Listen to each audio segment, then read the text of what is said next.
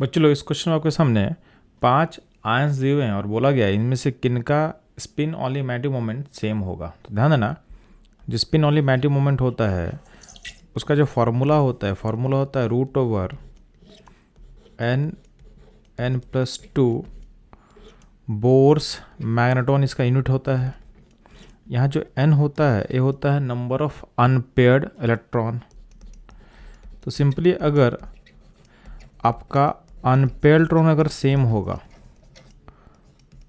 अगर आपका unpaired electron same होगा तो उसका मैग्नेटिक मोमेंट भी क्या आएगा, सेम आएगा। तो सिंपली आपको पता करना था कि इन आयन में से किनका अनपेयर्ड इलेक्ट्रॉन सेम आएगा। तो आपको इनका कॉन्फ़िगरेशन लिखने आना चाहिए।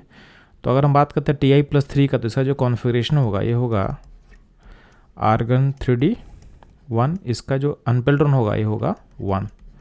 अगर हम Cr+2 का बात करते हैं, इसका कॉन्फ़िगरेशन होता है आर्गन 3d4 और इसका अनपेयर्ड इलेक्ट्रॉन होगा 4। हम बात करते हैं Mn+2 का, तो इसका जो कॉन्फ़िगरेशन होगा ये होगा आर्गन 3d5 और इसका अनपेयर्ड इलेक्ट्रॉन होगा 5। Fe+2 का जो कॉन्फ़िगरेशन होगा बच्चों ये होता है आर्गन 3d6 और इसका अनपेयर्ड इलेक्ट्रॉन क्या होगा, अनपेयर्ड इलेक्ट्रॉन होगा 4। स्कैनियम जो +3 होता है इसका कॉन्फ़िगरेशन होगा आर्गन और इसका 3d में इलेक्ट्रॉन होगा 0, यानी इसमें अनपेयर्ड इलेक्ट्रॉन क्या होगा, 0 होगा। अब जो अनपेयर्ड इलेक्ट्रॉन है उसको सिंपली आप कैसे पता कर सकते थे, तो अगर आपको पता है कि D जो है, D में कितना ऑर्बिटल्स होते हैं, तो D में आपके पास टोटल 5 ऑर्बिटल होते हैं। तो जब इसको आप फिलअप करते हो 3D को, तो आप पहले इसको सिंगली फिलअप करते हो और उसके बाद पेयरिंग होता है। तो पहले D1 हो गया, D2 हो गया, D3, D4, D5, यानी D1 में अनपेयर्ड 1 होगा, D2 में 2 होगा, D3 में 3 होगा, D4 में 4 होगा, D5 में 5 अनपेयर्ड होगा। D6 के बाद इसमें पेयरिंग होना स्टार्ट होता है। तो D6 में अनपेयर्ड कितना होगा, 4। D7 होता तो क्या होता, अनपेयर्ड होता 3। D8 में 2, D9 में 1 और D10 में 0 अनपेयर्ड होता। तो इस तरीके से आप अनपेयर्ड या पेयर आप निकाल सकते थे। तो ध्यान देंगे, आप देखो कि किस किस आयंस का आपका अनपेयर्ड इलेक्ट्रॉन सेम होगा। तो आप देख रहे हो ऑप्शन जो बी है Cr+2 एंड आपका जो ऑप्शन डी है Fe+2, उनका अनपेयर्ड इलेक्ट्रॉन क्या है, सेम है। तो इनका मैग्नेटिक मोमेंट का वैल्यू भी क्या होगा, सेम होगा। तो इस क्वेश्चन का जो करेक्ट आंसर होगा ये होगा ऑप्शन ए। तो ये था इस क्वेश्चन का correct answer and analysis. Move करता हूँ लोग नेक्स्ट क्वेश्चन पे। इस क्वेश्चन में Mn+3 से +2 का जो इनोड वैल्यू है वो ज़्यादा पॉजिटिव होता है, मेंशन किया हुआ है एज कम्पेयर टू क्रोमियम+3 से +2 और Fe+3 से +2 का वैल्यू के कंपेयर में। तो ये एविडेंट है, हमारे एनसीईआरटी टेबल में भी चीज मेंशन किया हुआ है। +3 से +2 का वैल्यू अगर हम इनोड कंपेयर करते हैं तो Mn का है 1.57, क्रोमियम का है -0.41 और आयरन का है 0.77।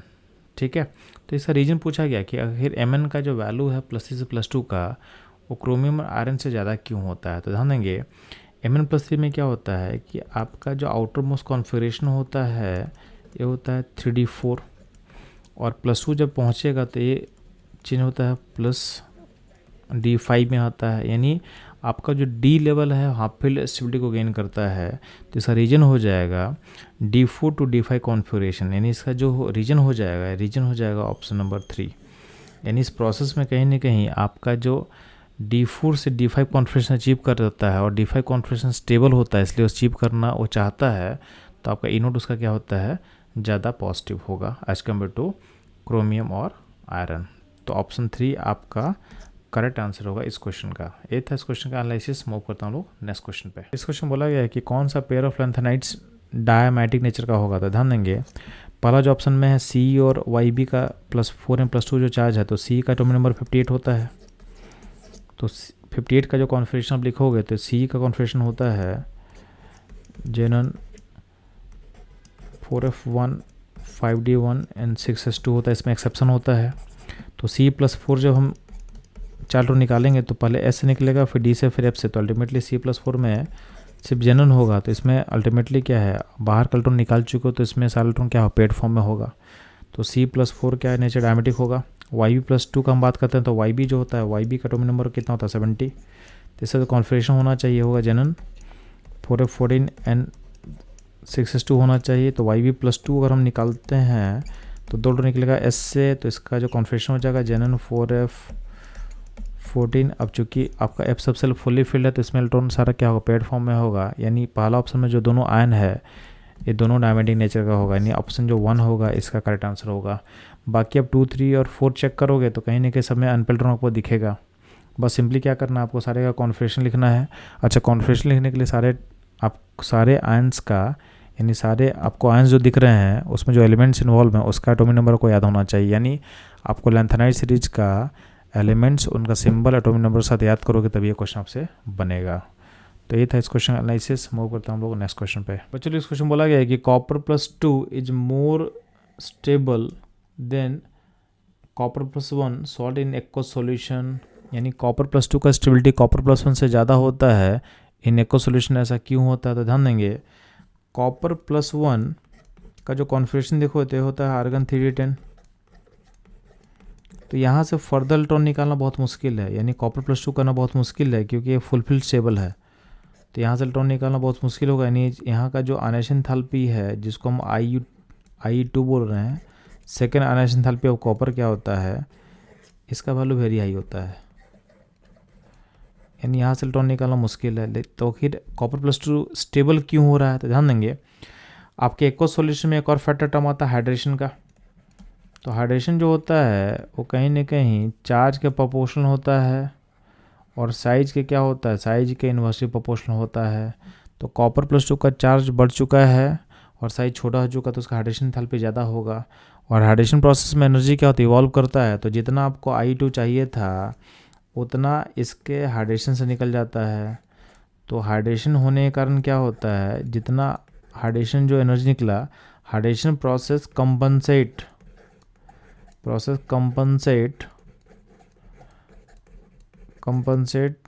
सेकेंड आयनाइजेशन एंथैल्पी वैल्यू, इसलिए कॉपर का +1 स्टेट +2 में कन्वर्ट करता है एक्वस सॉल्यूशन में। अब ये जो है आपके NCERT के लाइन में लिखा हुआ है, अब डी ब्लॉक में NCERT में डायरेक्टली लिखा हुआ है, तो आप इसको ऐसा नहीं बोल सकते हो कि बाहर से पूछा हुआ है। अगर आप NCERT की लाइन पढ़ोगे तो आपको डायरेक्टली दिखेगा इसका कि इसका आंसर क्या हो सकता है। तो इसका आंसर क्या होगा, चलो इसका आंसर होगा ऑप्शन ए, हाइड्रेशन एंथैल्पी या फिर हाइड्रेशन एनर्जी। ये था इस क्वेश्चन का एनालिसिस। मूव करता हूँ नेक्स्ट क्वेश्चन पे। चलो इस क्वेश्चन में आपसे पूछा गया है कि इसमें से कौन सा स्टेटमेंट क्या होगा, इनकरेक्ट होगा।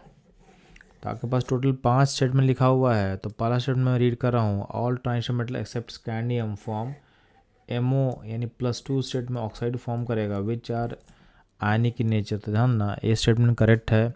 स्कैंडियम इकलौता ऑक्सीडेशन स्टेट शो करता +3, यानी इसका +2 स्टेट में ऑक्साइड पॉसिबल ही नहीं है। बाकी जो भी ट्रांजिशन मेटल है उसका +2 स्टेट का ऑक्साइड जो होगा वो होता है आयनिक नेचर का। तो आपका पहला स्टेटमेंट क्या होगा, करेक्ट।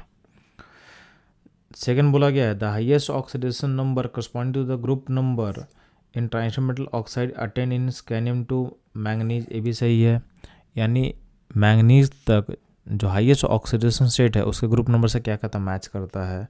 ए बी स्टेटमेंट क्या होगा, करेक्ट होगा, यानी ए और बी करेक्ट होगा। ठीक, सी स्टेटमेंट का बात करते हैं कि basic character increasing from V2O2 V2O3 to V2O4 then V2O5, यानी ऑक्सीडेशन स्टेट बढ़ेगा वैंडियम का तो बेसिक नेचर बढ़ेगा। ये गलत है कि जैसे जैसे ऑक्सीडेशन स्टेट इंक्रीज करता है आपका बेसिसिटी क्या होता है, बेसिक नेचर क्या होगा, डिक्रीज करेगा, यानी सी इनकरेक्ट होगा।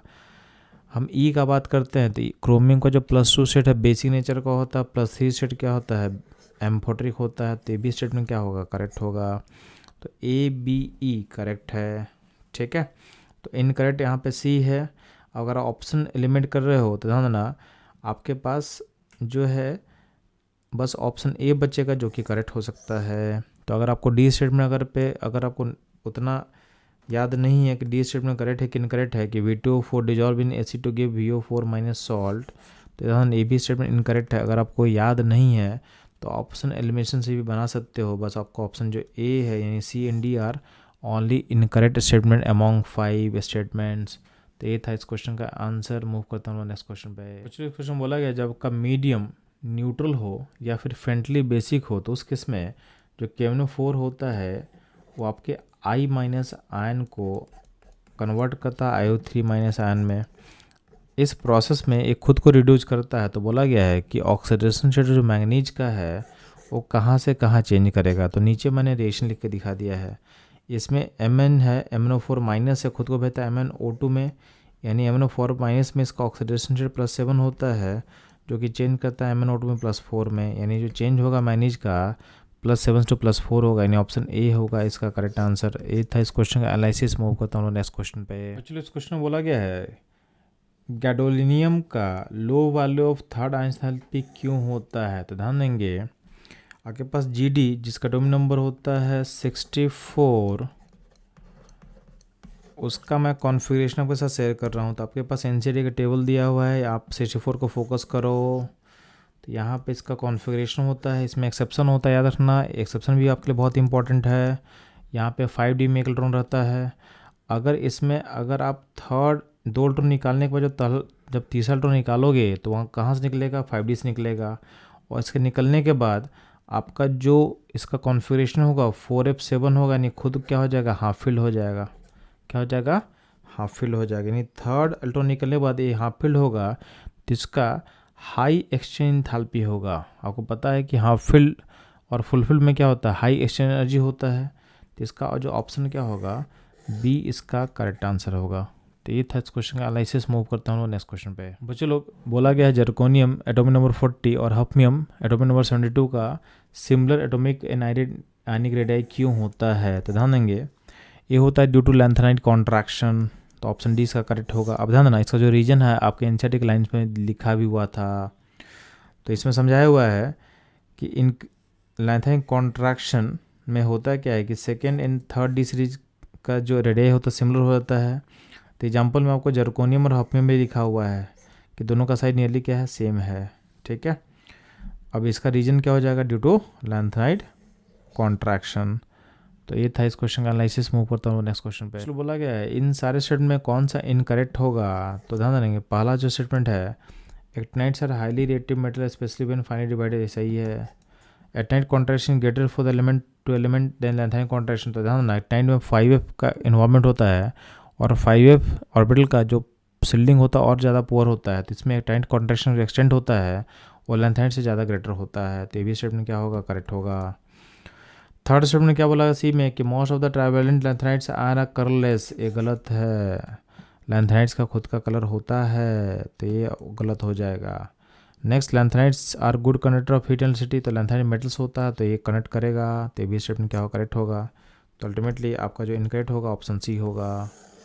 तो ये था इस क्वेश्चन का एनालिसिस। मूव करता हूँ नेक्स्ट क्वेश्चन पे। बच्चों लोग इस क्वेश्चन में आपसे पूछा गया है कि इन चारों स्टेटमेंट में कौन सा इनकरेक्ट स्टेटमेंट है। तो जब भी ऐसा क्वेश्चन आता है तो 1 मिनट के लिए रुकना है आपको और देखना है कि आपके क्वेश्चन में करेक्ट पूछा है कि इनकरेक्ट पूछा है, क्योंकि आप बहुत बार इसमें गड़बड़ करते हो। आपसे इनकरेक्ट पूछेगा, आप जल्दीबाजी में क्या करते हो, करेक्ट ऑप्शन को टिक मार देते हो, तो काम नहीं करना है। तो आपसे बोला गया है इनकरेक्ट कौन सा होगा पता करो। तो ध्यान देंगे पहला स्टेटमेंट क्या बोला गया कि Cr+2 is stronger reducing agent, यानी खुद ऑक्सीडाइज होना चाहेगा देन Fe+2 इन वाटर। अब ध्यान देंगे इस स्टेटमेंट को चेक करने के लिए हम चलते हैं NCERT के E-नोट वालों के टेबल में। तो अगर मान लेते हैं कि क्रोमियम रिड्यूसिंग एजेंट है तो उसका +2 स्टेट क्या हो, खुद को भेजेगा +3 में, यानी खुद का ऑक्सीडेशन करेगा। तो मेरे को चाहिए M+2 से +3 का E-नोट का वैल्यूज। तो यहाँ पे ध्यान देंगे ये आपका M+3 से +2 जाने का वैल्यू दिया हुआ है, यानी आपको रिडक्शन पोटेंशियल दिया हुआ है। मेरे को चाहिए उल्टा, मेरे को चाहिए +2 से +3 का वैल्यू चाहिए। मेरे को चाहिए किसका, मेरे को आयरन का चाहिए और क्रोमियम का चाहिए। तो ध्यान देंगे आपका जो क्रोमियम का वैल्यू दिया हुआ है -0.41 दिया हुआ था, +3 से +2 जाने का। तो उल्टा रिवर्स होने का वैल्यू कितना हो जाएगा, जस्ट हो जाएगा +0.41, यानी ऑक्सीडेशन पोटेंशियल कितना होगा, 0.41 हो जाएगा। सिमिलरली बात करते हैं आयरन का, तो आयरन का +0.77 दिया हुआ था रिडक्शन पोटेंशियल, तो इसका ऑक्सीडेशन पोटेंशियल क्या हो जाएगा, -0.77। तो आप देखोगे ऑक्सीडेशन पोटेंशियल किसका बेटर है, तो +2 से +3 जाने का बेटर किसका है, क्रोमियम का। यानी पहला जो स्टेटमेंट है ये क्या होगा, करेक्ट होगा। यानी chromium +2 is a better reducing agent than iron +2 in water, यानी क्रोमियम खुद को +2 से +3 भेजना चाहता है। इसका एक और रीजन बोला जाता है कि क्रोमियम का जो +2 स्टेट है +2 से और +3 भेजेगा, जिसका जो कॉन्फ़िगरेशन है ये D4 से D3 में कन्वर्ट होगा। और आप पता है कि इसमें एक्वस मीडियम में वाटर लिगेंड की तरह काम करता है, और लिगेंड की तरह काम करेगा तो क्या होगा, यहाँ पर D का 2 लेवल बनाता है, T2G एंड EG लेवल। तो T2G लेवल जो नीचे का लेवल है वो हाफ फिल हो जाएगा। अगर D3 कॉन्फ़िगरेशन होता है हाफ फिल हो जाएगा। तो बहुत सा बुक में भी लिखा रहता है क्योंकि Cr+3 का T2G लेवल हाफ फिल्ड है, इसलिए क्रोमियम ऐसा करना चाहेगा। तो जैसे भी आप समझ लो कि आपका D यानी क्रोमियम+2 बेटर रिड्यूसिंग एजेंट है देन आयरन। आपका स्टेटमेंट 1 क्या है करेक्ट। जो सेकंड स्टेटमेंट है, the transition metal and their compounds are known for their catalytic activity due to their ability to adopt multiple oxidation state to form complexes, ये भी सही है। Interstitial compounds are those that formed when the small atoms like HCN are trapped inside the crystal और lattice of metal, ये भी सही है। D statement है, लास्ट स्टेटमेंट क्या बोला हुआ आपको, the oxidation state of chromium in chromate and dichromate. तो क्रोमेट में क्या होता है ऑक्सीडेशन स्टेट +6 होगा, एंड डाइक्रोमेट में क्या होगा +6 होगा। आर नॉट सेम, ये गलत हो जाएगा क्योंकि दोनों में तो +6 आ रहा है ना, वो तो मुझे दिख भी रहा है +6 आ रहा है। तो क्या होगा ऑप्शन डी क्या होगा आपका इनकरेक्ट होगा। तो ये था इस क्वेश्चन का एक्सप्लेनेशन एंड सॉल्यूशन। इस तरह के सॉल्यूशंस के लिए हमारे साथ बने रहें। मिलते हैं हम लोग अगले क्वेश्चन पे। बच्चों लोग इस क्वेश्चन में आपसे Cr+2 आयन का स्पिन ऑनली मैग्नेटिक मोमेंट पूछा गया है। तो ध्यान देंगे, सबसे पहले आप क्रोमियम+2 का कॉन्फ़िगरेशन लिख लो, तो ये हो जाएगा आर्गन 3d4। इसमें अनपेल्ट्रॉन कितना होगा, तो ये होगा 4। अब आप स्पिन ऑनली मैग्नेटिक मोमेंट का जो फॉर्मूला होता है ये क्या होता है, √n+2। यहाँ पे n क्या बताता है, नंबर ऑफ अनपेल्ट्रॉन, और इसका यूनिट होता है बोर्स मैग्नेट्रॉन, BM वो लिखते हैं। n को इसमें आप 4 पुट कर दो, तो ये हो जाएगा √24, यानी इसका वैल्यू मैच कर जाएगा 4.9 BM, यानी आपका जो ऑप्शन बी होगा करेक्ट। तो सिंपल आपके मैग्नेटिक मोमेंट निकालने का फॉर्मूला का एप्लीकेशन था। आपको कॉन्फ़िगरेशन लिखने अगर आता है आयंस का, तो सिंपली अनपेल्ट्रॉन काउंट कर लो, फॉर्मूला में पुट कर दो, आंसर आ जाएगा। तो ये था इस क्वेश्चन का एनालिसिस। मूव करता हूँ नेक्स्ट क्वेश्चन पे। चलिए इस क्वेश्चन बोला गया है कि मैग्नेट यानी MnO4-2 एंड पर मैग्नेट यानी MnO4- ये दोनों आयन टेट्राहेड्रल क्यों होता है। तो ध्यान देंगे, आपके पास एनसीडी के लाइंस भी है और यहाँ आपको फिगर भी बनाया हुआ है, दोनों टेट्राहेड्रल होता है, दोनों का हाइब्रिडेशन sp3 होता है। तो यहाँ बताया हुआ है कि टेट्राहेड्रल इसलिए होता है कि क्योंकि the pi bonding takes place by overlap of p orbital of oxygen and d orbital of manganese, यानी आपका जो आंसर होगा आपका आंसर बी होगा करेक्ट।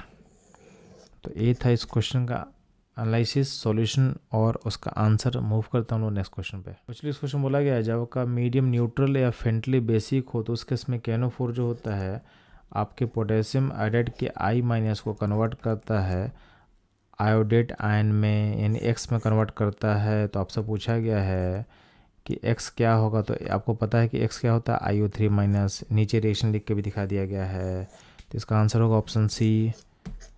तो ये था इसका करेक्ट आंसर। मूव करता हूँ नेक्स्ट क्वेश्चन पे। चलो यहाँ पे मैं तो कॉलम दिया हुआ है और लेफ्ट में कैटलिस्ट है, राइट में प्रोसेस से लिंक करना है। तो ध्यान देंगे आपका V25 हम यूज करते हैं कहाँ पे, तो H2SO4 के प्रिपरेशन में, कॉन्डेंट प्रोसेस में। TiCl4 और LCl3 होल थ्राइस का यूज हम लोग करते हैं आपके पॉलीमराइजेशन ऑफ इथिलीन में। इसको समटाइम बोला गया जिलेनाटा कैटलिस्ट। तो आपका A से मैच करेगा R और 2 से मैच करेगा S। तो आपका एक ही आंसर जो है इससे मैच करेगा हमारा ऑप्शन ए। तो ऑप्शन ए आपका इसका करेक्ट होगा। तो बाकी भी चेक कर लो। जो PDCl2 है उसका यूज करते हैं हम लोग इथाइन टू इथेनॉल कन्वर्जन के लिए, और निकल कॉम्प्लेक्स जो है उसका यूज करते हैं हम लोग किसके लिए, तो पॉलीमराइजेशन ऑफ किसका, अल्काइंस के लिए। तो ये था इस क्वेश्चन का करेक्ट एनालिसिस। मूव करता हूँ नेक्स्ट क्वेश्चन पे। बच्चों बोला कि आपके सामने 4 आयन दिया हुआ, बोला कि इसमें कौन सा ऐसा होगा जो DD ट्रांजिशन एग्जिबिट करेगा और साथ में पैरामेटिक भी होगा। तो ध्यान देंगे D ट्रांजिशन शो करने के लिए आपके पास D0 और D10 नहीं होना चाहिए। तो आप इन सब में देखोगे तो आपका जो MnO4-2 है इसमें Mn का +6 स्टेट है, यानी इसमें D में 1 इलेक्ट्रॉन होगा, तो क्या पैरामेटिक भी होगा, D ट्रांजिशन शो भी करेगा। तो इसका आंसर D होगा। बाकी हर जगह देखो तो सब में D0 केस है, ठीक है। तो बाकी सब जो है वो आपका डायमेटिक होगा और D ट्रांजिशन शो नहीं करेगा। बाकी सब में कलर का रीजन होता है due to charge transfer etcetera. तो इस गिवन क्वेश्चन के अकॉर्डिंग आपका जो ऑप्शन डी होगा ये होगा करेक्ट। ये था इस क्वेश्चन का एनालिसिस। मूव करता हूँ नेक्स्ट क्वेश्चन पे। बच्चों इस क्वेश्चन में आपके सामने एक कॉलम 1 दिया हुआ है और कॉलम 2 दिया हुआ है, और दोनों में क्या किया गया है, आपको कॉलम 1 में मेटल आयन दिया हुआ है और कॉलम 2 में उसका मैग्नेटिक मोमेंट का वैल्यू दिया हुआ है, दोनों को आपको क्या करना, मैच करना है। तो कोबाल्ट +3 का कॉन्फ़िगरेशन होता है आर्गन 3d6, इसमें अनप्लेटोन कितना होगा, तो अनप्लेटोन का जो वैल्यू इसमें होगा ये होगा 4। अब 4 होगा तो इसका जो मैग्नेटिक मोमेंट का वैल्यू होता है √24 होगा, क्योंकि मैग्नेटिक मोमेंट का फार्मूला क्या होता है, तो मैग्नेटिक मोमेंट का फार्मूला होता है √n+2, और यहाँ पे n होता है अनप्लेटोन्स को पुट करने से आपका आ जाएगा, अगर 4 रहेगा तो √24 होगा, यानी ए का जो मैच होगा 4 के साथ मैच होगा। अब ए का 4 के साथ 4 का मैच दो जगह दिया हो ए एन सी में। अगला पॉइंट है क्रोमियम +3 का कॉन्फ़िगरेशन क्या होता है, तो होता है आर्गन 3d3। अब इसमें n कितना है, तो n होगा इसका 3। अब 3 पुट करेंगे तो ये हो जाएगा √15, यानी क्रोमियम +2 का मैच होगा 5 के साथ, यानी बी का 5, तो ए का 4 बी का 5, बस आपके पास एक ही जगह पे दिया हुआ है ऑप्शन ए में, तो आपका ऑप्शन ए करेक्ट होगा। बाकी भी चेक कर लेते हैं। सी में है Fe+3, इसका कॉन्फ़िगरेशन होता है आर्गन 3d5, इसमें अनप्लेटोन कितना होगा, 5 होगा, तो इसका जो वैल्यू होगा कितना होगा, √35 होगा, यानी सी मैच करेगा 2 के साथ। और डी जो है डी मैच करेगा, तो डी का Ni+2 में होता है आर्गन 3d8, इसका अनप्लेटोन कितना होगा, अनप्लेटोन होगा 2। ठीक, अब इसको फॉर्मूले पुट कर लो तो क्या होगा, ए मैच करेगा 1 के साथ। तो ये था इस क्वेश्चन का सॉल्यूशन एंड एनालिसिस। मूव करता हूँ नेक्स्ट क्वेश्चन पे। चलो बोला गया है कि इसमें से कौन सा गैस है जो आपके KMnO4 सॉल्यूशन को इजीली डिक्लोराइज करता है, तो ध्यान देना इसका आंसर होता है SO2। SO2 खुद को ऑक्सीडाइज करता है सल्फेट आयन में और KMnO4 को रिड्यूस करता है इन एसिडिक मीडियम में, MnO4- खुद को भेजता है Mn+2 में, और +2 में आने के बाद क्या हो जाता है, कलरलेस हो जाता है। तो ऑप्शन इसका ए होगा करेक्ट आंसर। ए था इस क्वेश्चन का एनालिसिस। मूव करता हूँ नेक्स्ट क्वेश्चन पे। तो चलो बोला गया है कि आपके एक्टिनाइड्स में एक लार्ज नंबर ऑफ रेंज होता है ऑक्सीडेशन से शो करने का, जो कि आपके इनसाइड टेल में दिया हुआ है, आपके सामने मैं शेयर कर रहा हूँ। तो इसका रीजन पूछा गया, ऐसा क्यों होता है। होता क्या बच्चों इसमें कि आपका जो एक्टिनाइड्स का जो होता है आउटर मोस्ट होता है 7s, उसके बाद होता है 6d, उसके बाद होता है 5f। तो ये सब जो ऑर्बिटल का बीच के जो एनर्जी गैप है वो काफ़ी घट जाता है। तो इनका एनर्जी जब कंपेरेबल होता है तो आपका 7s 6d के अलावा 5f का इलेक्ट्रॉन भी कहीं ना कहीं पार्टिसिपेट करना चालू करता है। इसके कारण क्या होता है, आपका large number of oxidation state show करना चालू करेगा। तो ऑप्शन बी होगा इसका करेक्ट आंसर। तो मूव करते हैं चलो हम लोग नेक्स्ट क्वेश्चन पे। बच्चों ध्यान देना, जब आप HgCl2 में आप I2 को डालते हो, ठीक है, और यहाँ पे I-B है, तो आपका पेयर ऑफ स्पीसीज क्या फॉर्म करेगा, तो आपका फॉर्म करता है Hgi4-2 फॉर्म करेगा, प्लस I2 और I- कंबाइन करके फॉर्म करता है I3-। तो अल्टीमेटली आपके पास Hgi4-2 होगा और I3- होगा, यानी ऑप्शन जो होगा ऑप्शन बी इसका करेक्ट आंसर होगा। तो ये था इस क्वेश्चन का एनालिसिस। मूव करता हूँ नेक्स्ट क्वेश्चन पे। बच्चों बोला गया है जब SO2 पास करते हो आप एसिडिफाइड सॉल्यूशन ऑफ K2CO2 से, तो उस केस में क्या होता है, ध्यान देना, आपका SO2 का ऑक्सीडेशन होता है सल्फेट में, और K2CO2 में जो +6 स्टेट है खुद को रिड्यूस करता है +3 स्टेट में। अब ए दोनों आयन आपस में कंबाइन करके क्या बनाएगा, तो Cr2SO4 हॉल्थेस बना लेगा। अब क्रोमियम का जो +3 स्टेट है इसका कलर क्या होता है, कलर होता है इसका ग्रीन।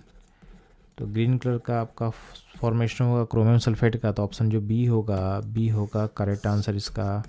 ये था इस क्वेश्चन का एनालिसिस। मूव करता हूँ नेक्स्ट क्वेश्चन पे। बच्चों लोग इस क्वेश्चन में बोला गया है कि कौन सा स्टेटमेंट लैंथेनाइड्स के लिए इनकरेक्ट है। तो पहला आपका स्टेटमेंट है यूरोपियम सो +2 ऑक्सीडेशन स्टेट। अब ध्यान ना, यूरोपियम का एटॉमिक नंबर होता है आपका 63।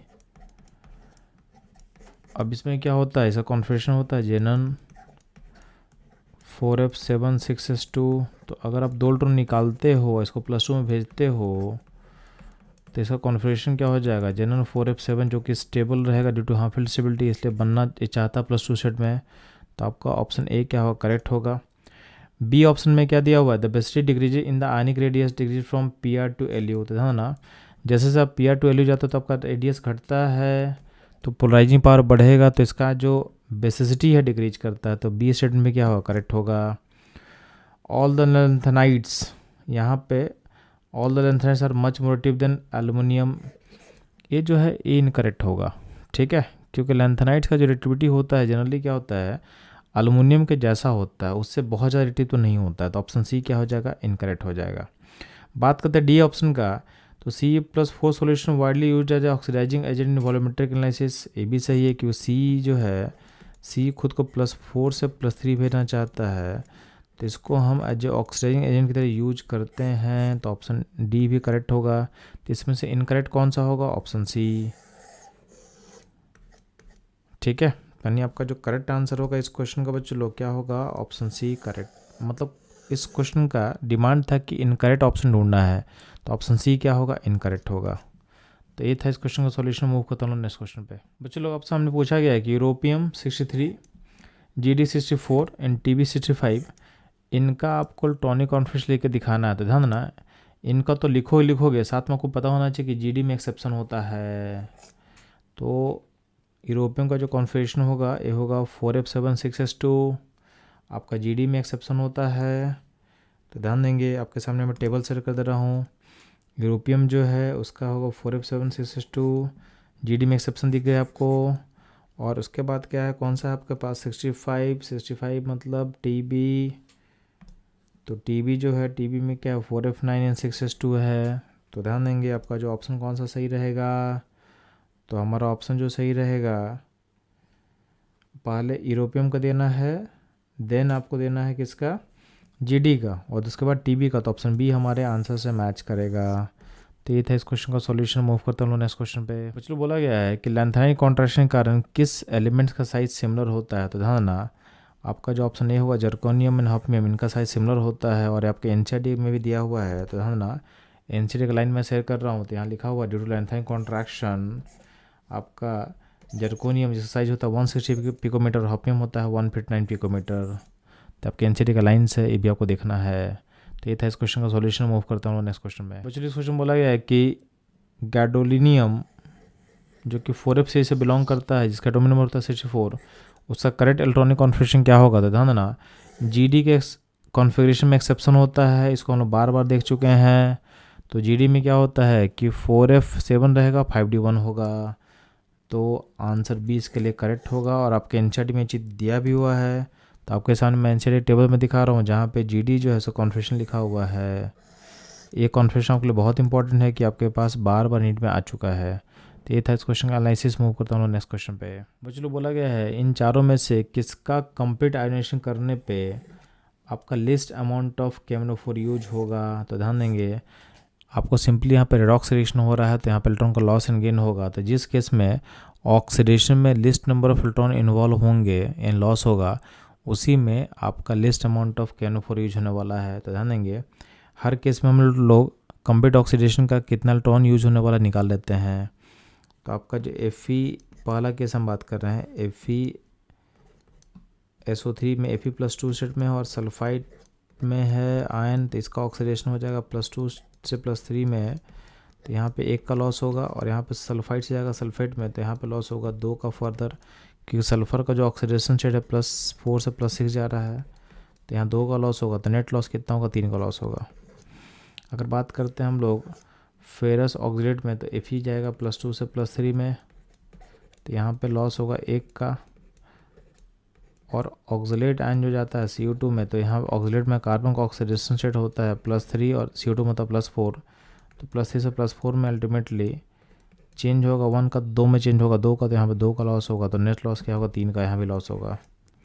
हम सी का बात करते हैं, फेरस नाइट्राइट में, तो इसमें Fe+2 सेट में, तो +2 से कहाँ गया, +3 में, तो यहाँ पे लॉस कितने का, 1 का, और आपके पास 2 नाइट्रेट आयन है, तो यहाँ पे NO2- कहाँ जाता है, नाइट्रेट में जाएगा, कन्वर्ट करेगा। तो यहाँ पे चेंज कितने का हुआ है, +3 से +5, यानी 2 का चेंज हो रहा है। और आपके सॉल्ट में 2 मोल, आपके फेरस नाइट्राइट में 2 था N, तो यहाँ पे नेट चेंज कितने का, 4 का होगा। तो 1 + 4 का सम क्या होगा, 5, यहाँ 5 का लॉस नेट होने वाला है। हम ऑप्शन डी का बात करते हैं, डी में फेरस सल्फेट है, तो इसमें Fe का चेंज होगा +2 से +3 में, तो यानी चेंज कितने का हो रहा है, चेंज हो रहा है 1 का। और सल्फेट में ऑलरेडी आपका सल्फ़र जो है प्लस स्टेट में ऑलरेडी है, तो इसका ऑक्सीडेशन फिजिबल नहीं होगा, तो यहाँ पर नेट चेंज होगा 1 का, यानी सबसे कम इलेक्ट्रॉन का लॉस होने वाला ऑप्शन डी में। तो जब इलेक्ट्रॉन का नंबर कम लॉस होगा, तो आपका MnO4 भी रिड्यूस कम होगा, यानी इसका अमाउंट क्या होगा, कम यूज होगा। तो इस क्वेश्चन का जो करेक्ट आंसर होगा ये होगा ऑप्शन डी। तो बच्चों यही था इस क्वेश्चन का एनालिसिस। मूव करता हूँ नेक्स्ट क्वेश्चन पे। बच्चों इस क्वेश्चन में आपके पास मैग्नेटिक मोमेंट का वैल्यू दिया हुआ है 2.84। आपसे बोला गया है 21 आयन का होगा। तो ध्यान देना मैग्नेटिक मोमेंट के वैल्यू में जो इंटीग्रल पार्ट होता है, जैसे 2.84 का 2 है इंटीग्रल पार्ट और 0.84 है उसका डेसिमल पार्ट, तो इंटीग्रल पार्ट का जो वैल्यू है वो बताता है कि सिस्टम में कितना अनपेयर्ड इलेक्ट्रॉन होगा। तो ये बताएगा नंबर ऑफ अनपेयर्ड इलेक्ट्रॉन। ठीक, अब देखना है कि किस में आपका 2 अनपेयर्ड इलेक्ट्रॉन है। तो ध्यान देंगे आप देखोगे तो आपका जो निकल +2 है इसका कॉन्फिगरेशन होता है आर्गन 3d8, यानी इसमें अनपेयर्ड इलेक्ट्रॉन कितना होगा, अनपेयर्ड इलेक्ट्रॉन 2 होगा और यही मेरा करेक्ट आंसर होगा। तो ये था इसका करेक्ट आंसर। तो इस तरह के सॉल्यूशंस के लिए हमारे साथ बने रहे। मिलते हैं हम लोग अगले क्वेश्चन पे। बच्चों इस क्वेश्चन बोला गया है कि किस प्रोसेस में ऑक्सीडेशन ऑफ आयरन इन्वॉल्व नहीं है। तो ध्यान देना आपका जो ऑप्शन ए है उसमें ही आपका, अगर आप Fe से FeCO बनाए हो तो Fe में ऑक्सीडेशन से 0 है। इनफैक्ट FeCO में कार्बन मोनोऑक्साइड पे चार्ज क्या होता है, 0 होता है। तो अगर आप Fe का x मानते हो ऑक्सीडेशन स्टेट, तो x + 5 × 0 = 0 होता है, यानी x क्या हो जाएगा, 0 हो जाएगा। तो इस प्रोसेस में ऑक्सीडेशन स्टेट में कोई चेंज नहीं हुआ है, यानी ऑप्शन ए में आपके आयरन का ऑक्सीडेशन नहीं हुआ है। उसके अलावा बी सी डी जहाँ भी देखोगे तो वहाँ पे क्या हो रहा है, कहीं ना कहीं आयरन ऑक्सीडाइज हो रहा है। जैसे आयरन को तुम हीट करो तो H2 गैस निकलेगा, वहाँ पे आयरन इलेक्ट्रॉन लूज करेगा। सेम क्या होगा, रस्टिंग प्रोसेस में आयरन का ऑक्सीडेशन होता है। डिक्लोराइजेशन वाले केस में क्या होगा, आपका डिस्प्लेसमेंट रिएक्शन होगा और आयरन ऑक्सीडाइज करेगा, कॉपर को रिड्यूस कर देगा। ठीक, तो ये था इस क्वेश्चन का एनालिसिस एंड सॉल्यूशन। मूव करता हूँ बच्चों नेक्स्ट क्वेश्चन पे। बच्चों बोला गया है कि एक्वस KMnO4 और H2O2 का रिएक्शन आपको लिखना है इन एसिडिक कंडीशन में। तो आपके सामने मैं लिख रहा हूँ एनचेरिक lines. MnO4- in acidic medium in H2O2 में होता क्या है, MnO4- जाता है Mn+2 में और H2O2 का ऑक्सीडेशन होकर चला जाता है O2 में। तो आपको बच जाएगा Mn का +2 सेट एंड आपका O2 बनेगा, यानी ऑप्शन बी क्या होगा, करेक्ट आंसर होगा। तो ये था इस क्वेश्चन का एनालिसिस। मूव करता हूँ नेक्स्ट क्वेश्चन पे। बच्चों बोला गया है लेंथाइन कॉन्ट्रैक्शन का रीजन क्या होता था। ये होता है due to poor shielding of f orbital या एफ सबसेल बोल सकते हो। तो इसका पुअर के बदले यहाँ पे आप लिख सकते हो negligible screening effect of f orbital, यानी ऑप्शन ए क्या होगा करेक्ट। तो due to negligible screening of f orbital आपका जो न्यूक्लियस है आउटर मोस्ट क्लाउड को क्या होगा, इजीली अट्रैक्ट करेगा और सेल के आपके साइज को क्या करेगा, डिक्रीज करेगा। तो ये था इस क्वेश्चन का एनालिसिस। मूव करता हूँ नेक्स्ट क्वेश्चन पे। बच्चों लोग इस क्वेश्चन में आपसे पूछा गया है कि स्कैंडियम एक ट्रांजिशन एलिमेंट है बट जिंक नहीं है, इसका रीजन क्या होता है। तो ध्यान देंगे स्कैंडियम वाले केस में क्या होता है, आपका 3D ऑर्बिटल क्या होता है, पार्शियल फील्ड होता है।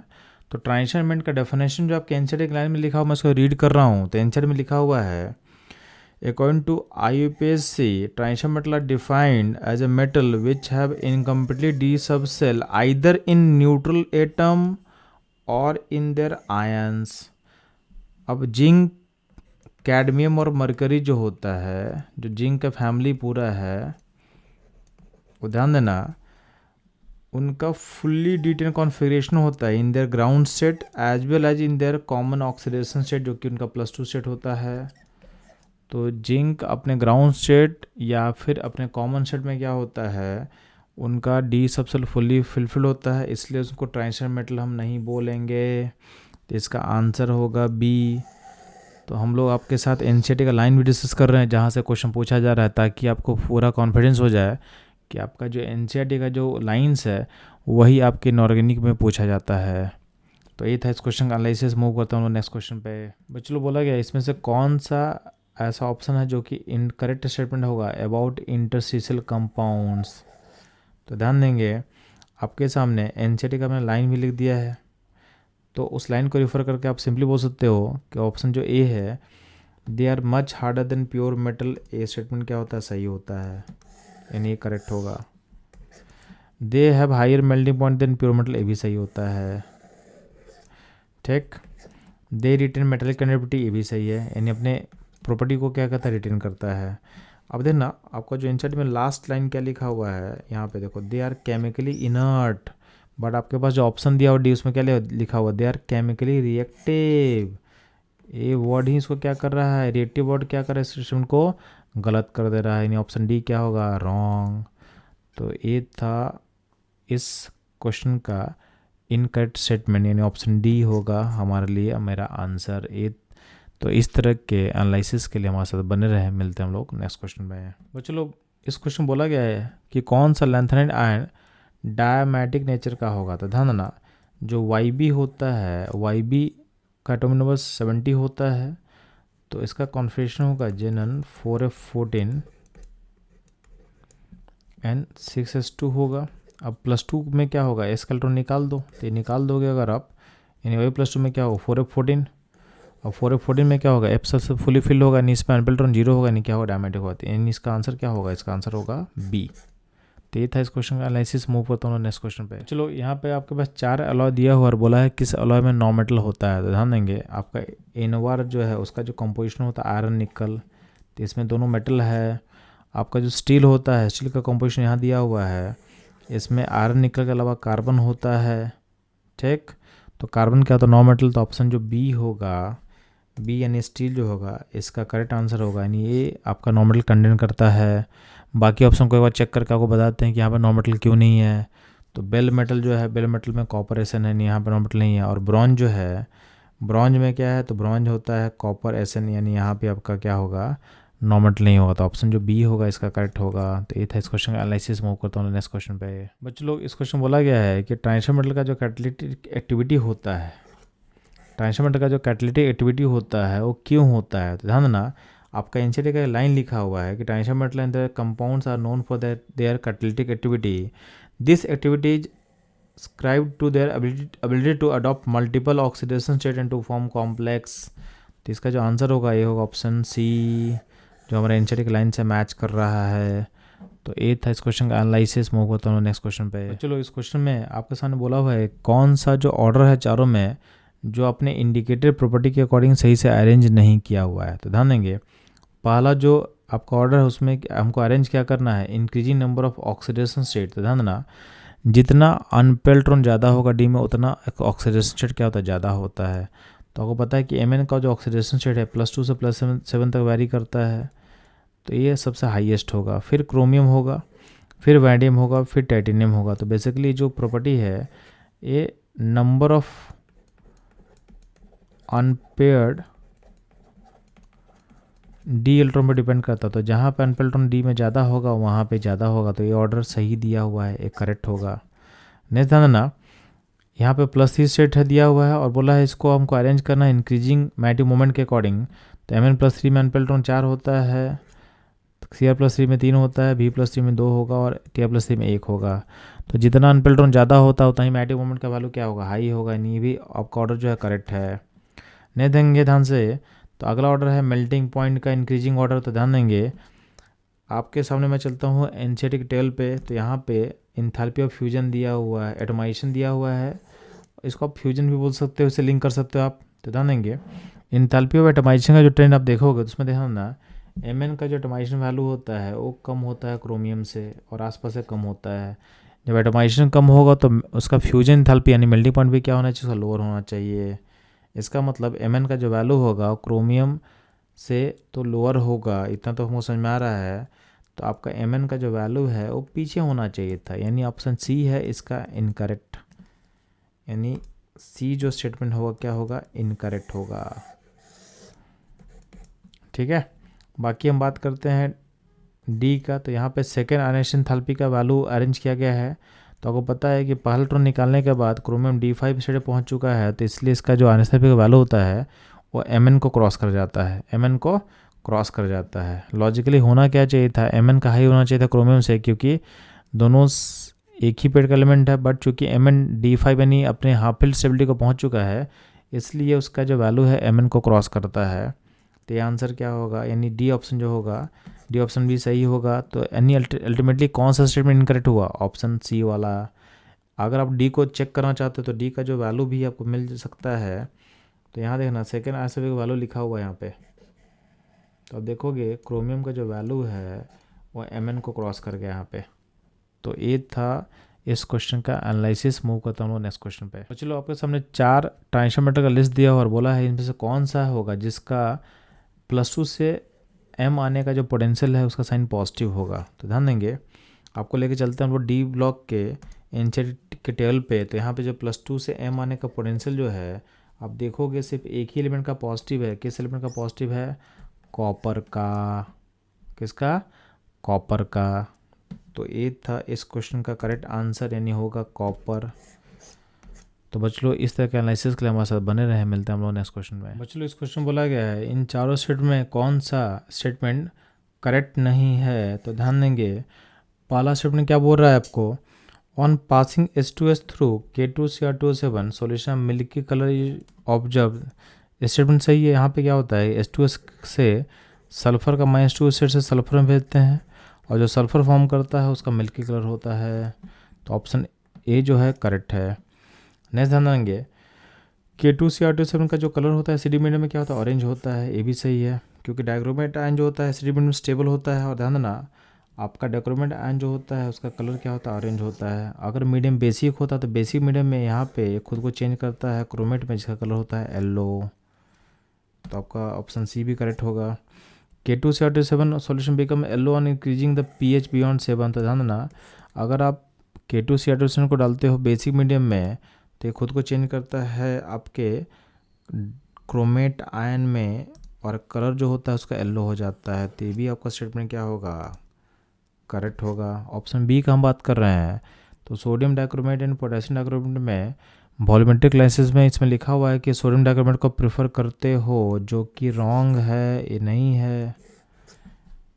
ठीक है, ये स्टेटमेंट क्या होगा, ये रॉन्ग होगा। क्यों रॉन्ग होगा? क्योंकि सोडियम डाइक्रोमेट क्या होता है, हाइग्रोस्कोपी होता है। हाइग्रोस्कोपिक मतलब पानी को ऑब्जॉर्ब कर लेता है, तो इसका वेइंग मुश्किल होता है। यानी इसको हम प्राइमरी स्टैंडर्ड की तरह ट्रीट नहीं कर सकते क्योंकि एटमॉस्फेयर से अफेक्ट होता है। इसलिए हम लोग K2Cr2O7 को प्रेफर करते हैं इन वॉल्यूमेट्रिक एनालिसिस। तो ऑप्शन जो बी होगा इनकरेक्ट होगा। और चूंकि क्वेश्चन पूछा गया था कि इसमें से इनकरेक्ट कौन होगा, तो बी इनकरेक्ट, यही आपका आंसर होगा। तो बच्चों ये था इस क्वेश्चन का सोल्यूशन। मूव करते हैं नेक्स्ट क्वेश्चन पे। बच्चों लोग आपके सामने कुछ एलिमेंट्स दिए हुए हैं एक्टिनाइड्स फैमिली का, और बोला गया है कि इसमें से कौन है जो सिर्फ +3 ऑक्सीडेशन स्टेट शो करता था। आपके सामने मैंने एनसीईआरटी का टेबल मैंने शेयर किया हुआ है। आप यहाँ देखोगे बस एक्टिनियम जो है इन चारों में जो +3 शो कर रहा है, तो आपका इसका आंसर हो जाएगा सी। ये था इस क्वेश्चन का एनालिसिस। मूव करता हूँ नेक्स्ट क्वेश्चन पे। और चलो इस क्वेश्चन में कुछ आपका ट्रांजिशन मेटल का लिस्ट दिया और बोला है +2 स्टेट का स्टेबिलिटी के ऑर्डर को आपको अरेंज करना है। तो इसका जो ऑर्डर होगा, इसका ऑर्डर होगा ऑप्शन ए करेक्ट होगा। यानी +2 का स्टेबिलिटी होगा, सबसे स्टेबल Mn+2 होता है, देन Rn+2 होगा, देन क्रोमियम+2 होगा, देन कोबाल्ट+2 होता है। तो ये था क्वेश्चन का एनालिसिस। मूव करता हम लोग नेक्स्ट क्वेश्चन में। चलो बोला गया है कि K2Cr2O7 का कलर ग्रीन होता है जब हम इसे ऐड करते हैं सल्फाइड आयन। तो सिंपली होता है कि जो सल्फाइड आयन इसमें है कन्वर्ट होता है सल्फेट में, और क्रोमियम का जो इसमें है ऑक्सीडेशन स्टेट रिड्यूस होकर होता है Cr+3 में। अब यहाँ पे दोनों मिलके सॉल्ट बनाएगा Cr2SO4 होल थ्राइस, और क्रोमियम का जो +3 स्टेट होता है ग्रीन होता है। तो इस +3 स्टेट के फॉर्मेशन के कारण क्या होता है, सिस्टम ग्रीन होता है। तो आपका जो आंसर होगा, आंसर ए हो जाएगा। क्रोमियम सल्फेट यानी +3 स्टेट उसमें है, उसके फॉर्मेशन के कारण क्या होता है, सिस्टम क्या होता है, ग्रीन होता है। तो ए था इस क्वेश्चन का एनालिसिस। मूव करता हूँ नेक्स्ट क्वेश्चन पे। बच्चों लोग आपसे पूछा गया है इन चारों में से कौन सा आयन है जिसका कॉन्फ़िगरेशन आर्गन 3d6 होगा। तो सबका हम लोग कॉन्फ़िगरेशन लेते हैं। निकल जो होता है, निकल का 28 होता है, उसमें आप 3 इलेक्ट्रॉन निकाल दिए। तो निकल नॉर्मली होना चाहिए था क्या, आर्गन 3d8 एंड 4s2 होना चाहिए था। अगर इसमें +3 करेंगे निकल को तो ये कन्वर्ट हो जाएगा किसमें, आर्गन 3d7 में।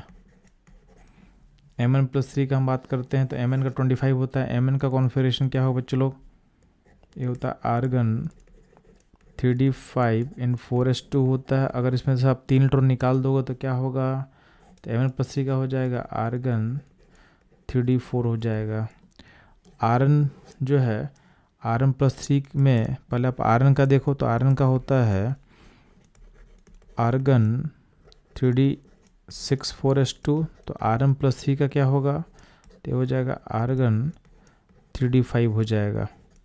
कोबाल्ट का न्यूट्रल स्टेट में जो कॉन्फ़िगरेशन होता है ये होता है आर्गन 3d7 4s2 होता है। तो कोबाल्ट+3 का क्या होगा, तो कोबाल्ट+3 का होगा आर्गन 3d6 होगा। हमारा जो डी ऑप्शन है वो क्वेश्चन के डिमांड से मैच कर रहा है, ठीक है। तो कोबाल्ट+3 का जो आउटर कॉन्फ़िगरेशन होगा ये होगा 3d6, यानी टोटल कॉन्फ़िगरेशन क्या होगा आर्गन 3d6। तो कोबाल्ट+3 यानी ऑप्शन डी इसका करेक्ट आंसर होगा। तो ये था इस क्वेश्चन का एनालिसिस। मूव करता हूँ नेक्स्ट क्वेश्चन पे। बच्चों लोगों के सामने 4 आयन कलर्स दिया और बोला इसमें कौन सा कलर शो करेगा एक्वस सॉल्यूशन में। तो ध्यान देना, कलर शो करने के लिए सिंपली आप देखना कि किसमें डी सबसे पार्सली फिल्ड है, यानी D1 से D9 तक किसमें दिया हुआ है। तो जब भी डी पार्सली फिल्ड होता है तो उसमें डी ट्रांजिशन के कारण कलर शो करता है। तो आप देखना ऑप्शन बी का जो एलिमेंट है टाइटेनियम+3, इसका जो कॉन्फ़िगरेशन होता है ये होगा आर्गन 3d1, यानी इसमें डी में 1 इलेक्ट्रॉन है तो ये कलर शो करेगा ड्यू टू डी ट्रांजिशन। तो ऑप्शन बी आपका करेक्ट आंसर होगा। तो बच्चों मूव करते हैं हम लोग नेक्स्ट क्वेश्चन के एनालिसिस पे। बच्चों लोग आपके पास 4 ऑप्शन है जहाँ पर 2-2 आयन्स का लिस्ट लिया हुआ है। बोला है किस ऑप्शन में दोनों का साइज सिमिलर होगा। तो ध्यान देना आपका जो ऑप्शन सी होता है जर्कोनियम हफनियम। तो ध्यान देना जर्कोनियम हफनियम का साइज सिमिलर होता है ड्यू टू लैंथेनिक कॉन्ट्रैक्शन, तो उनके आयनिक फॉर्म का भी साइज क्या होगा सिमिलर होना चाहिए। तो ऑप्शन सी क्या होगा इसका करेक्ट आंसर होगा। बच्चों बोला गया है कि कौन सा ऑक्सीडेशन स्टेट लैंथेनाइट में कॉमन होता है। तो ध्यान देना सारा का सारा लैंथेनाइट का कॉमन और स्टेबल स्टेट होता है +3, आपको याद रखना है, यानी ऑप्शन डी आपका सही होगा। अब देखना जितना भी रिएक्शन यहाँ पे दिया हुआ है सारे में लैंथेनाइट का एलिमेंट्स का ऑक्सीडेशन स्टेट सारे में क्या +3 लेके दिया हुआ है।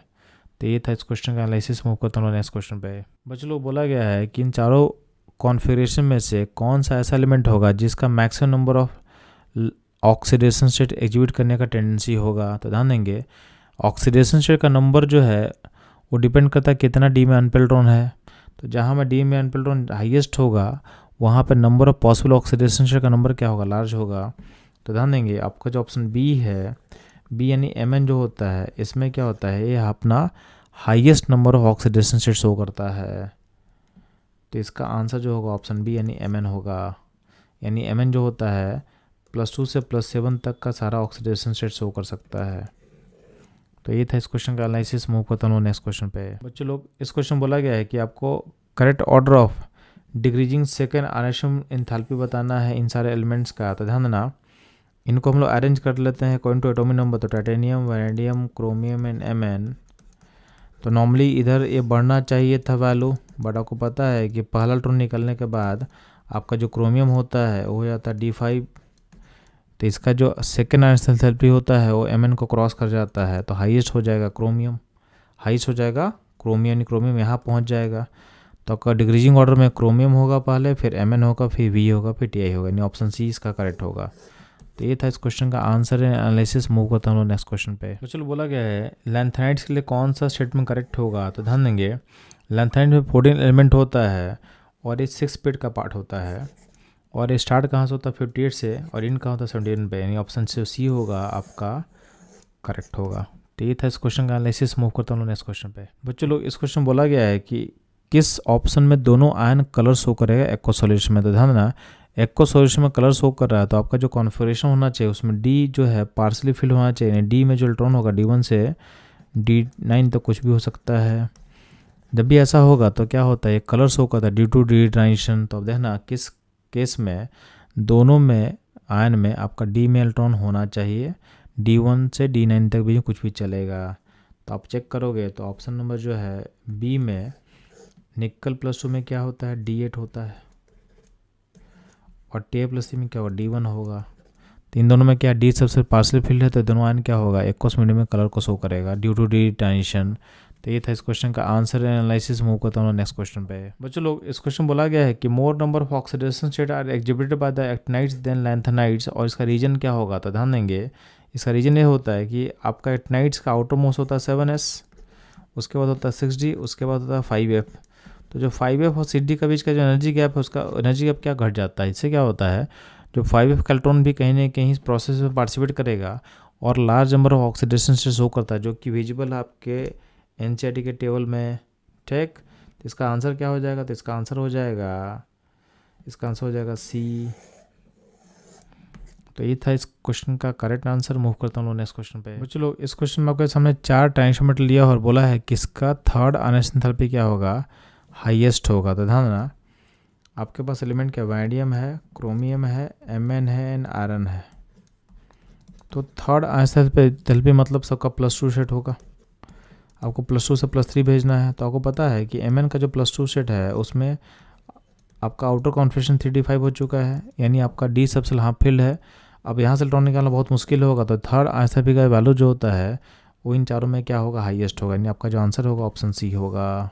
तो ये था इस क्वेश्चन का एनालिसिस। मूव करता हूँ नेक्स्ट क्वेश्चन पे। बच्चों इस क्वेश्चन बोला गया है कि एक्वस मीडियम में कौन सा आयन कलरलेस होगा। तो सिंपली है, जब आपके आयन में D0 या D10 कॉन्फ़िगरेशन हो, उस केस में आयन एक्वस मीडियम में क्या होगा, कलरलेस होगा। तो ये ध्यान देना, इन चारों आयन में स्कैंडियम जो +3 होता है उसका जो कॉन्फ़िगरेशन होगा आर्गन 3D0 होगा। डी में 0 स्टेट पहुंचा हुआ है, यानी इसमें एनपेल्ट्रॉन नहीं है। इसका मतलब ए डी ट्रांजिशन नहीं कर पाएगा और कलर को शो नहीं करेगा, यानी इसका आंसर क्या होगा, ए। तो ये था इस क्वेश्चन का एनालिसिस। मूव करता हूँ नेक्स्ट क्वेश्चन पे। बच्चों बोला गया है इस क्वेश्चन में कि number of mole of KNO4 reduce by 1 mole of K in alkaline medium. तो ध्यान देना, आपके पास यहाँ पे बैलेंस इक्वेशन दिया हुआ है, तो बैलेंस इक्वेशन निकाल के क्या कर सकते हैं कि आपका 1 मोल जो I माइनस है वो 2 मोल KNO4 यानी MnO4 माइनस को रिड्यूस करेगा। तो इसका आंसर हो जाएगा बी। तो ये था इस क्वेश्चन का एनालिसिस। मूव करता हूँ नेक्स्ट क्वेश्चन पे। बच्चों लोग इस क्वेश्चन बोला गया है कि more number of oxidation state are exhibited by the actinides then lanthanides, और इसका रीजन क्या होगा। तो ध्यान देंगे, इसका रीजन ये होता है कि आपका एक्टिनाइड्स का आउटर मोस्ट होता है 7s, उसके बाद होता है 6d, उसके बाद होता है 5f। तो जो 5f और 6d का बीच का जो एनर्जी गैप है, उसका एनर्जी गैप क्या घट जाता है। इससे क्या होता है, जो 5f का इलेक्ट्रॉन भी कहीं ना कहीं इस प्रोसेस में पार्टिसिपेट करेगा और लार्ज नंबर ऑफ ऑक्सीडेशन से शो करता है, जो कि विजिबल है आपके NCERT के टेबल में। ठीक, तो इसका आंसर क्या हो जाएगा, तो इसका आंसर हो जाएगा सी। तो ये था इस क्वेश्चन का करेक्ट आंसर। मूव करता हूँ नेक्स्ट क्वेश्चन पे। बच्चों लोग बोला गया है इन सारे ऑप्शन में से किस में ऐसा मेटल आयन होगा जहाँ सारे का जो कॉन्फ़िगरेशन होगा वो 3D2 होने वाला है। तो अब ध्यान से देखना इन सारे ऑप्शन को, तो आपको दिखेगा कि जो डी ऑप्शन है, आप सिंपल क्या करना, एक मेटल चेक कर लो, आप एक मेटल चेक कर लो। तो यहाँ पे टाइटेनियम सब में कॉमन है, तो Ti+3, Ti+4, Ti+ and Ti+2 में से किस में D2 होता है। तो आपको सिंपल पता है कि Ti+2 में D2 होगा, क्योंकि टाइटेनियम जो होता है इसका Z होता है 22। तो इसका कॉन्फ़िगरेशन क्या है, तो इसका कॉन्फ़िगरेशन है 3D2 एंड 4s2 होना चाहिए। तो आपका Ti+2 का जो कॉन्फ़िगरेशन होगा ये होगा आर्गन 3D2। तो इसका मतलब है कि Ti+2 ही 3D2 होगा, +3 +4 एंड +1 नहीं होने वाला है। तो इसका मतलब ऑप्शन डी ही आपका करेक्ट होगा। तो इस तरह से आप क्या कर सकते हो, चीज़ों को छोटा कर सकते हो। सारे आयन का कॉन्फ़िगरेशन लेने का कोई ज़रूरत नहीं है, आप सिंगल एलिमेंट चूज कर भी आंसर निकाल सकते हो। बाकी आप क्या कर सकते हो, Vanadium+3, Cr+4 और Mn+5 का जो कॉन्फ़िगरेशन लिखोगे तो सारा का कॉन्फ़िगरेशन में आपको कहीं ना कहीं दिखेगा 3D2 दिखेगा, यानी आंसर डी क्या होगा, करेक्ट होगा। तो ये था इस क्वेश्चन का एनालिसिस। मूव करता हूँ नेक्स्ट क्वेश्चन पे। तो चलो बोला गया है लैंथेनाइड्स के लिए कौन सा स्टेटमेंट करेक्ट होगा। तो ध्यान देंगे, लैंथेनाइड में 14 एलिमेंट होता है और ये 6 पेड का पार्ट होता है, और ये स्टार्ट कहाँ से होता है 58 से, और इन कहाँ होता है 71 पे, यानी ऑप्शन सी होगा आपका करेक्ट होगा। तो ये था इस क्वेश्चन का एनालिसिस। मूव करता हूँ नेक्स्ट क्वेश्चन पे। बच्चों लोग इस क्वेश्चन बोला गया है कि कौन सा जो प्रॉपर्टी होता है ट्रांजिशन मेटल का जो एसोसिएटेड होता है देयर कैटालिटिक एक्टिविटी से। तो ध्यान देंगे NCERT के लाइन में लिखा हुआ है कि ट्रांजिशन मेटल का जो एबिलिटी है to adopt multiple oxidation state and to form complexes, ये इसके एक्टिविटी के लिए रिस्पॉन्सिबल होता है। तो इसका जो आंसर होगा, ये आंसर होगा ऑप्शन डी, यानी वेरिएबल ऑक्सीडेशन स्टेट ऑफ जो ट्रांजिशन मेटल है वही रिस्पॉन्सिबल होता है देयर कैटालिटिक एक्टिविटी के लिए। तो ये था इस क्वेश्चन का सॉल्यूशन। मूव करता हूँ नेक्स्ट क्वेश्चन पे। बच्चों लोग यहाँ पे ट्रांजिशन मेटल का ऑक्साइड लिया हुआ है, सारे में उसका ऑक्सीडेशन स्टेट +2 है, और बोला है इनको इनके बेसिसिटी के अकॉर्डिंग अरेंज करना है। तो ध्यान देना, अलॉन्ग द पीरियड में सेम ऑक्सीडेशन स्टेट में बेसिक नेचर क्या होता है, डिक्रीज करता है। तो सबसे ज़्यादा बेसिक कौन होगा, जो पहले आएगा। ठीक है, तो ऑप्शन डी है, ये हमारे लॉजिक से मैच कर रहा है, यानी टाइटेनियम का बेसिस हाईएस्ट होगा, फिर वैंडियम, फिर क्रोमियम, फिर आयरन। तो ये था इस क्वेश्चन का आंसर। मूव करता हूँ नेक्स्ट क्वेश्चन पे। बच्चों लोग इस क्वेश्चन में आपके पास 4 आयन दिए हैं +3 स्टेट में, और उनके साइज के अकॉर्डिंग अरेंज करना। तो ध्यान ना, जो लास्ट का 3 एलिमेंट है सब लैंथेनाइड स्टेट का पार्ट है। आप देखना ग्राफ में भी जब आप लैंथेनाइड के अकॉर्डिंग मूव करते हो तो साइज क्या होता है, डिक्रीज करता है, जो ग्राफ में भी आपका दिखा हुआ है। तो इसका मतलब साइज घटते जाएगा, तो जो जितना आगे होगा साइज उतना ही कम होगा। तो आपका जो ऑर्डर फॉलो होगा सबसे बड़ा साइज इन तीनों में होगा लैंथनम का, फिर होगा यूरोपियम का, और फिर होगा आपका Lu+3। और जो Y होता है Y आपका फिफ्थ पेड़ का एलिमेंट है, यानी इनसे पहले पेड़ का एलिमेंट है, क्योंकि बाकी सब आपके सिक्स पेड़ का एलिमेंट है। तो Y का जो साइज होगा Y+3 का वो सबसे छोटा होना चाहिए। तो आपका जो आंसर होगा ऑप्शन बी हमारा करेक्ट आंसर होगा। तो ये था इस क्वेश्चन का एनालिसिस। मूव करता हूँ नेक्स्ट क्वेश्चन पे। बच्चों लोग बोला गया इसमें कि कौन सा एलिमेंट होगा जो मैक्सिमम ऑक्सीडेशन स्टेट शो करता है। तो ध्यान देंगे ऑक्सीडेशन स्टेट का नंबर जो मैक्सिमम शो करने का जो लॉजिक होता है डिपेंड करता है वो आपके डी में कितना अनपेल्ट्रॉन है। तो आपका जो Mn होता है Mn में आउटर मोस्ट एस में तो 2 इलेक्ट्रॉन तो है, साथ में डी में 5 अनपेड होता है। इसी कारण क्या होता है ये +2 से लेकर +7 तक सारे ऑक्सीडेशन स्टेट को शो कर सकता है। इनफैक्ट आपके एनसीईआरटी में टेबल दिया हुआ है, वो भी मैं लिख के यहाँ दिखा दे रहा हूँ। तो यहाँ देखना Mn जो होता है +2 से +7 तक सारा ऑक्सीडेशन स्टेट शो कर रहा है, यानी आपका जो आंसर होगा ये होगा Mn। ये था इस क्वेश्चन का करेक्ट एनालिसिस। मूव करता हूँ नेक्स्ट क्वेश्चन पे। बच्चों आपसे बोला गया है कि जनरल इलेक्ट्रॉनिक कॉन्फिगरेशन जो होता है लैंथनाइड्स का क्या होगा। तो सिंपल है, आपका उसमें S भर चुका होता है, D में 0 या 1 इलेक्ट्रॉन होता है, P भरा हुआ रहता है, ठीक है, और F सब सेल में इलेक्ट्रॉन का फिलअप होता रहता है। यानी ऑप्शन जो A है करेक्ट मैच रहेगा इसका। ये था इस क्वेश्चन का एनालिसिस। मूव करता हूँ नेक्स्ट क्वेश्चन पे। बच्चों लोग बोला गया इसमें कौन सा इनकरेक्ट है। तो ध्यान देंगे अलॉन्ग द पीरियड में लैंथनाइड्स के लॉन्ग क्या होता है साइज डिक्रीज होता है, तो क्या होता है बेसिक नेचर क्या होता है वो भी डिक्रीज करता है। इसका मतलब जैसे आप राइट मूव करोगे बेसिटी क्या हो घटेगा। तो ऑप्शन ए में दिया हुआ है लैंथनम का जो हाइड्रोक्साइड है Lu के हाइड्रोक्साइड से क्या लेस बेसिक है, जो कि गलत है, क्योंकि लैंथनम और Lu में आपका राइट साइड में कौन होगा Lu होगा, तो उसका हाइड्रोक्साइड लेस बेसिक होना चाहिए ना कि लैंथनम का। तो ऑप्शन जो ए होगा इनकरेक्ट होगा और यही इसका आंसर होगा। बाकी ऑप्शन को हम चेक कर लेते हैं। तो lanthanide series ionic radius of Ln+3 ion decreases, ये सही है। Lanthanum is actually element of transition series, ये भी सही है, क्योंकि लैंथनम F ब्लॉक का पार्ट नहीं होता है, या फिर उसको लैंथनाइड्स हम नहीं बोलते हैं। कि लैंथनाइड्स क्या होता है 58 से लेकर 71 तक का, लैंथनम बेसिकली 57 होता है, तो ट्रांजिशन फैमिली का पार्ट होगा। Next atomic radius of zirconium में hafnium are the same due to lanthanide contraction, ये करेक्ट है। तो इसका जो इनकरेक्ट था ऑप्शन ए था, जो कि हमारा आंसर था। तो ये था इस क्वेश्चन एनालिसिस। मूव करता हूँ नेक्स्ट क्वेश्चन पे। बच्चों लोग बोला गया इसमें कि कौन सा एलिमेंट होगा जो मैक्सिमम ऑक्सीडेशन स्टेट शो करता है। तो ध्यान देंगे ऑक्सीडेशन स्टेट का नंबर जो मैक्सिमम शो करने का जो लॉजिक होता है डिपेंड करता है वो आपके डी में कितना अनपेल्ट्रॉन है। तो आपका जो Mn होता है Mn में आउटर मोस्ट एस में तो 2 इलेक्ट्रॉन तो है, साथ में डी में 5 अनपेड होता है। इसी कारण क्या होता है ये +2 से लेकर +7 तक सारे ऑक्सीडेशन स्टेट को शो कर सकता है। इनफैक्ट आपके एनसीईआरटी में टेबल दिया हुआ है, वो भी मैं लिख के यहाँ दिखा दे रहा हूँ। तो यहाँ देखना Mn जो होता है +2 से +7 तक सारा ऑक्सीडेशन स्टेट शो कर रहा है, यानी आपका जो आंसर होगा ये होगा Mn। ये था इस क्वेश्चन का करेक्ट एनालिसिस। मूव करता हूँ नेक्स्ट क्वेश्चन पे। बच्चों बोला गया इसमें कौन सा आयन कलरलेस होगा। तो ध्यान ना कलरलेस होने का लॉजिक सिंपली है कि जब भी आपका आयन का जो कॉन्फिगरेशन होगा ये होगा D0 या D10, तो ये कलरलेस होगा एक्वा सॉल्यूशन में। तो ध्यान ना ये D0 D10 में किस ऑप्शन में को दिख रहा है, तो ऑप्शन बी में मुझे दिखेगा स्कैंडियम+3, ये होता है आर्गन 3D0, यानी ये कलरलेस होगा एक्वा सॉल्यूशन में, क्योंकि ये डी ट्रांजिशन शो नहीं कर सकता है। तो बी आपका करेक्ट आंसर होगा। तो ये था इस क्वेश्चन एनालिसिस। मूव करता हूँ नेक्स्ट क्वेश्चन पे। बच्चों लोग बोला गया कि आयरन का सही कॉन्फ़िगरेशन क्या होगा इन चारों में से। तो ध्यान देना आयरन का 26 होता है, और जब आप फिलअप करते हो तो आउटर मोस्ट में 3D6 फिलअप होगा। तो ध्यान देना D6 जो होता है D6 कहाँ दिया, बस ऑप्शन डी में दिया हुआ है। तो ये था इसका करेक्ट आंसर होगा। तो ये था इस क्वेश्चन एनालिसिस। मूव करता हूँ नेक्स्ट क्वेश्चन पे। बच्चों इस क्वेश्चन बोला गया है कि किस ऑप्शन का जो आयन है उसमें मैक्सिमम डी का अनपेल्ट्रॉन होगा। तो ध्यान देंगे निकल+3 का मतलब कॉन्फ़िगरेशन क्या हो जाएगा, आर्गन 28 था, 2 इलेक्ट्रॉन निकलेगा S से, एक D से, तो आर्गन 3D7 हो जाएगा।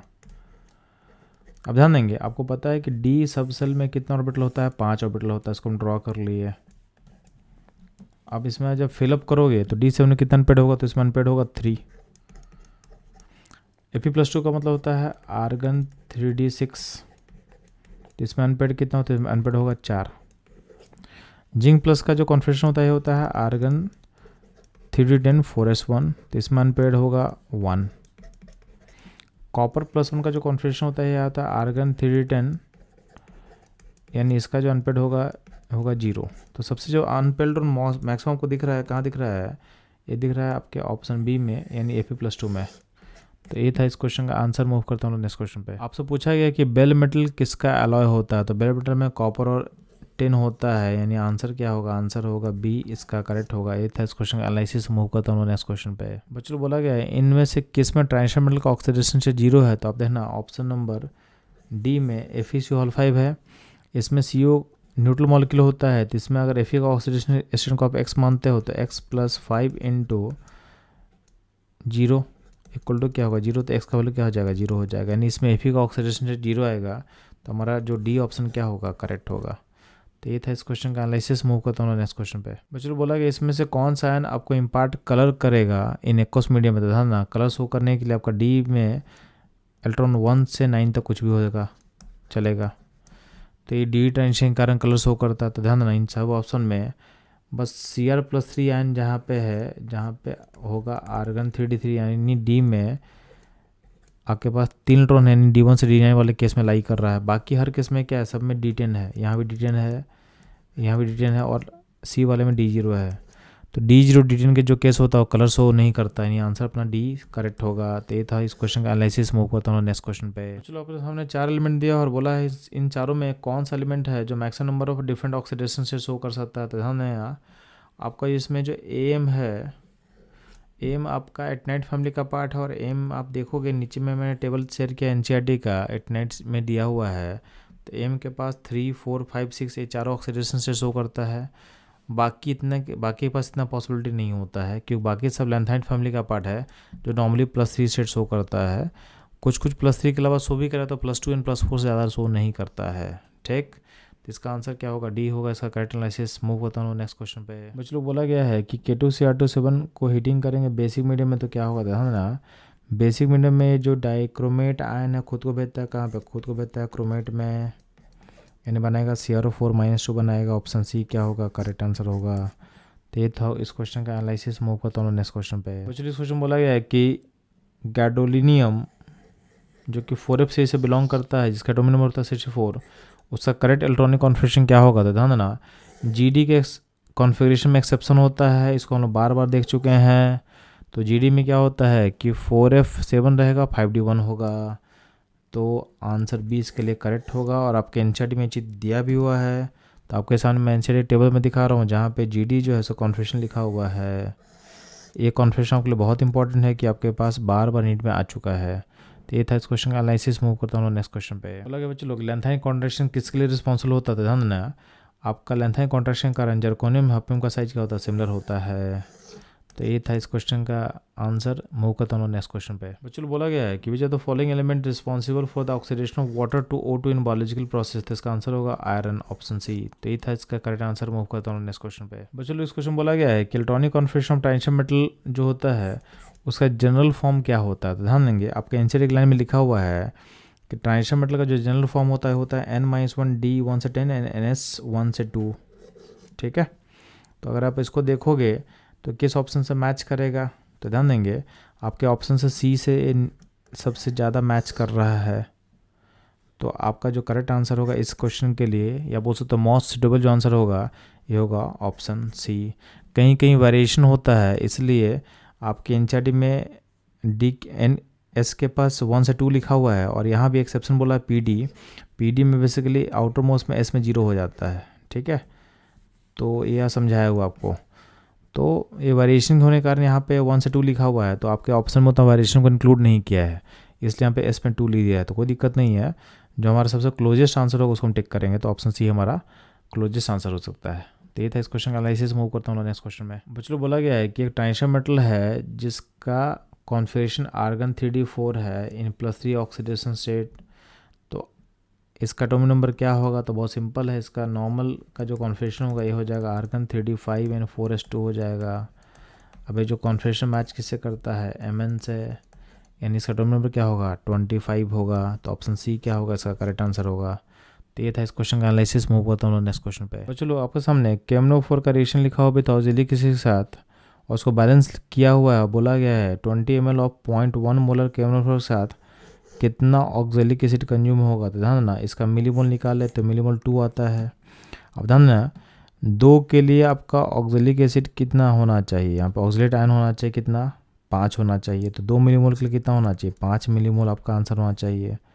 अब आप देखोगे कि इसमें आपका 5 मिलीमोल ऑक्जेलेट आयन या ऑक्जेलिक एसिड दिया हुआ है, तो ध्यान देंगे आपका जो 5 मिलीमोल जो है ऑप्शन कहाँ पे, ऑप्शन डी में है, 50 ml इंटू 0.1 मोलर। तो ये था इस क्वेश्चन का करेक्ट आंसर।